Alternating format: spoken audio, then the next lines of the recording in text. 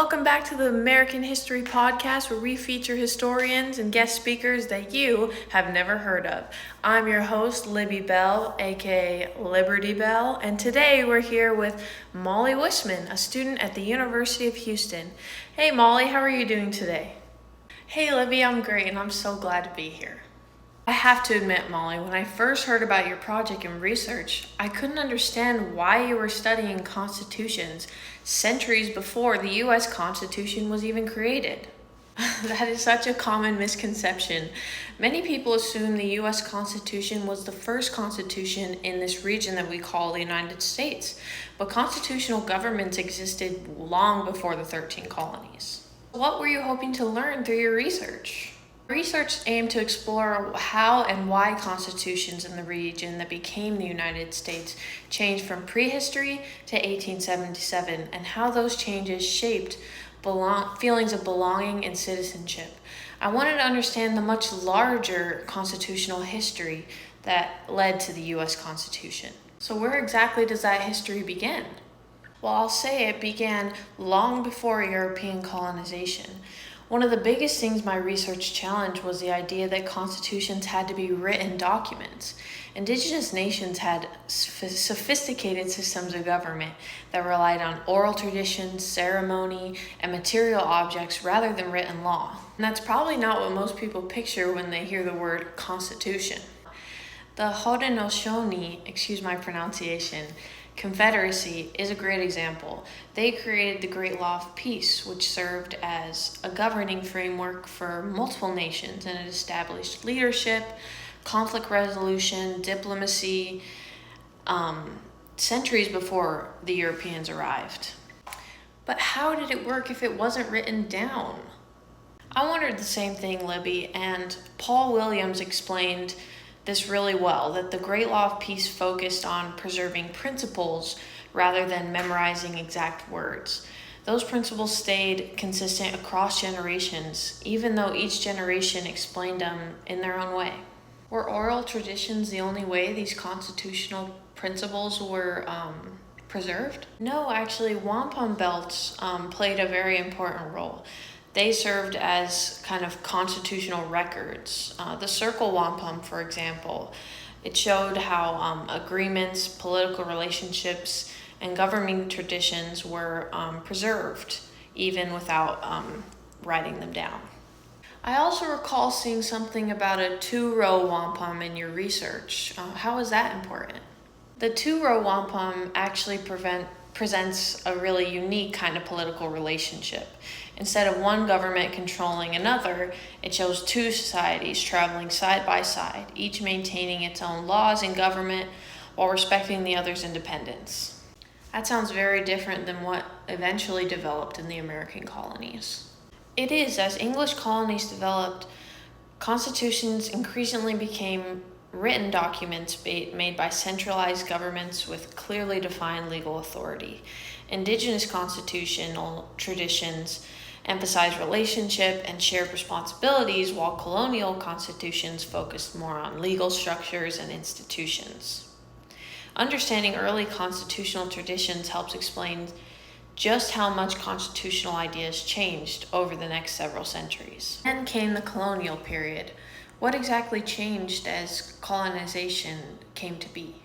Well, once English settlements were established, constitutions gradually shifted from oral tradition to written constitutions that organized government, defined legal authority, and eventually shaped American ideas of citizenship. It's important to know that written constitutions weren't just a change in format. They reflected a whole different way of thinking about government. It made the law more rigid and less about relationships. That's very interesting. So why did written constitutions become so important? That was one of the biggest questions in my research. Historian Nicholas Bowie argues that written constitutions allowed government to be limited by fixed rules that everyone could see and enforce. It was a way to clearly define government authority and make it harder for rulers to change the rules whenever they wanted. So in a sense, constitutions became legal documents instead of traditions.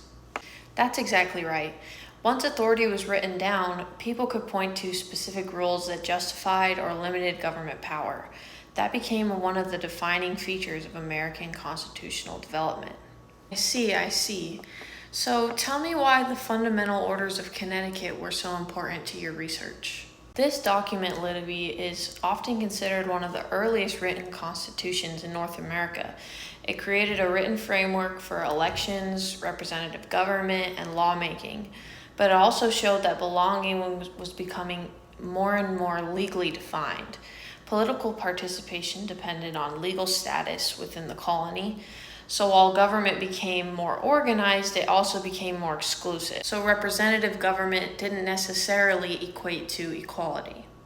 Unfortunately, no. Colonial constitutions created legal categories that determined who could or could not fully participate. You also studied the fundamental constitutions of Carolina.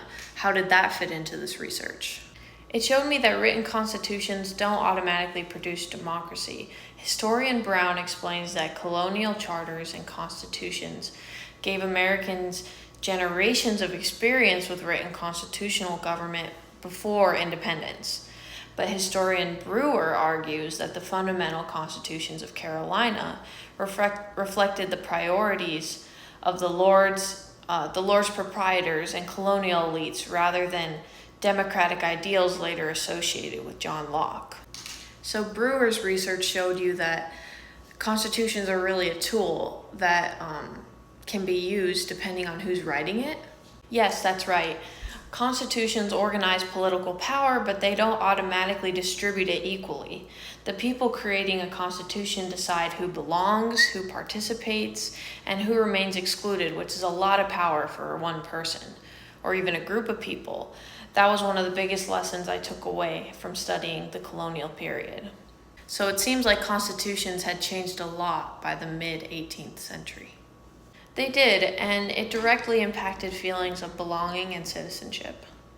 And now we're led directly into the creation of the U.S. Federal Constitution.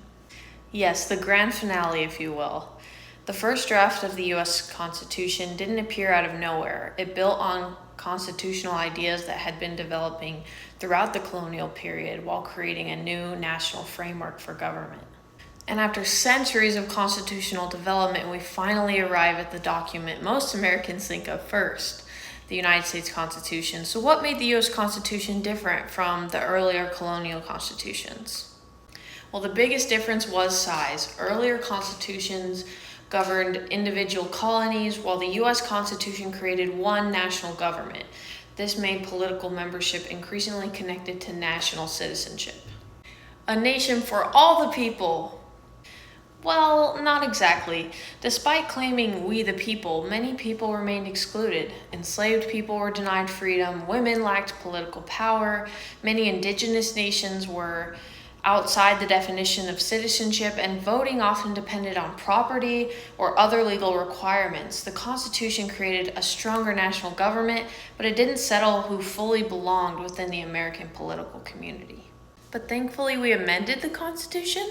The 14th Amendment did establish a national definition of citizenship and required states to respect constitutional protections for citizenship. That was one of the biggest turning points in my research because belonging was no longer primarily to the states. So belonging became more national than local. Definitely, one of the clearest patterns I found was that constitutions became increasingly centralized.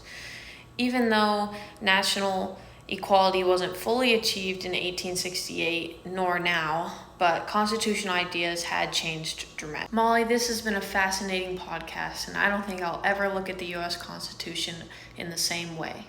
I probably won't either. Understanding this history helps explain both where our constitutional system came from and why debates about citizenship and belonging continue today. Molly, thank you so much for joining us on the American History Podcast today. And thank you to all of you for listening. We'll see you next time. Bye.